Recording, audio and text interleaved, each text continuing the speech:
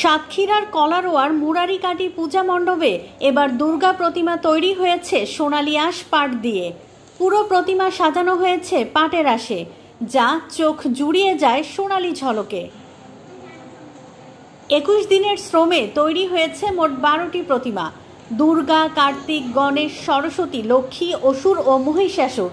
কাঠ, বাঁশ, মাটি দিয়ে কাঠামো তৈরি করার পর ঘন্টা ধরে প্রতিমার গায়ে বসানো হয় আঁশের টুকরা। শুধু আঁশ বসাতেই সময় লেগেছে 5 দিন। প্রাকৃতিক রঙে জ্বলজ্বল করছে প্রতিমাগুলো। স্থানীয়রা বলছেন, পাট দিয়েও প্রতিমা এত নান্দনিক হতে পারে, না দেখলে বিশ্বাস করা কঠিন। দর্শনার্থীদের ভিড় বাড়ছে। এর আগে 2023 সালে একই মণ্ডপে ধান দিয়ে প্রতিমা তৈরি করে সাড়া ফেলেছিল আয়োজকরা। আমাদের এখানে সোনালী পাট দিয়ে প্রতিমা তৈরি করা হয়েছে। এত ভালো লাগছে, আগে কখনো এত ভালো লাগেনি। এত আনন্দ করছি, এত পুজোর আয়োজন শুরু হয়ে গেছে। এখন থেকে ভিড় শুরু হয়ে গেছে। আমাদের শারদীয় দুর্গা পূজায় আমাদের খুব আনন্দীয়। আমাদের ঠাকুর প্রতিমা নিয়ে আমরা খুব খুশি। এবার আমাদের পাটের ঠাকুর হয়েছে, আমরা খুব খুশি। তাতে আমাদের জেলা বা উপজেলা সবার লোকজন আসবে, দেখবে, আনন্দ উপভোগ করবে। সার্বিক দিক থেকে প্রশাসনের আমাদের কাছে থেকে একটা লিস্ট দিয়ে হয়েছে যে আমার জায়গায় পুজো অর্চনা সঠিকভাবে পালন করব। প্রশাসন আমাকে আশ্বাস দিয়েছে এখানে কোনো প্রকার অপ্রীতিকর ঘটনা ঘটবে না, সেই দায়িত্বটা নিয়েছে তারা। এবং টিনুসা বলেছে সুন্দরভাবে পুজো হবে, কোনো প্রকার বিশৃঙ্খলা সৃষ্টি যাতে না হয় সেই ব্যবস্থাও প্রশাসন নেবে। 1983 সাল থেকে এই মণ্ডপে পূজা হয়ে আসছে। আয়োজকরা জানান, ভিন্ন আঙ্গিকে প্রতিমা তৈরি করে ভক্ত দর্শনার্থীদের আনন্দ দেয়াই তাদের লক্ষ্য। এবছর প্রতিমা তৈরিতে ব্যবহার হয়েছে 50 কেজি পাটের আঁশ। খরচ হয়েছে প্রায় 1,20,000 টাকা। পূজার 5 দিনে খরচ হবে আরও 1.5 থেকে 2 লাখ টাকা। ব্যয় বহন করছেন স্থানীয় ও প্রবাসীরা।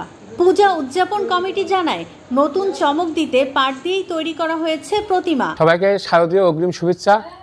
আমরা তো পূজা প্রত্যেক জায়গাতে দেখি, প্রত্যেক জায়গায় একই ধারায় হয়, যার জন্য আসলে মানুষ ওইভাবে অনুপ্রাণিত হয় না।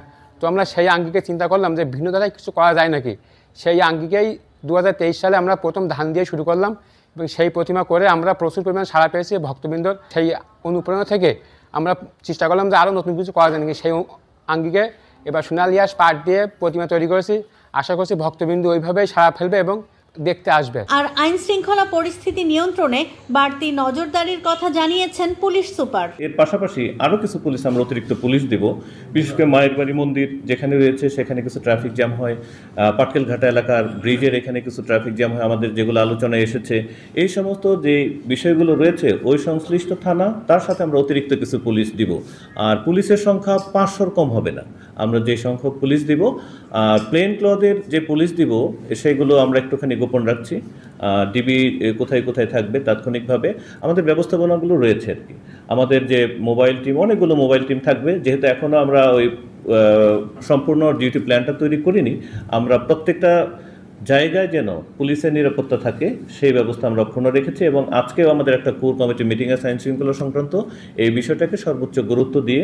এবং যেহেতু সামনে আর একটা বড় ইভেন্ট আপনারা জানেন যে নির্বাচন সামনে, কোনো ধরনের অনভিপ্রেত কোনো ঘটনা যেন না ঘটে, এই জন্য অনেক মেলা যেগুলো বৃহৎ পরিসরে সেগুলোকেই নিরুৎসাহিত করা হয়েছে।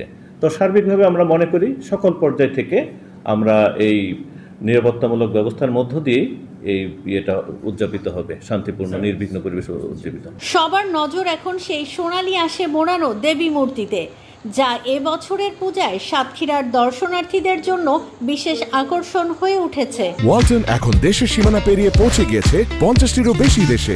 ওয়ালটন, ঘরে ঘরে বিশ্বজুড়ে।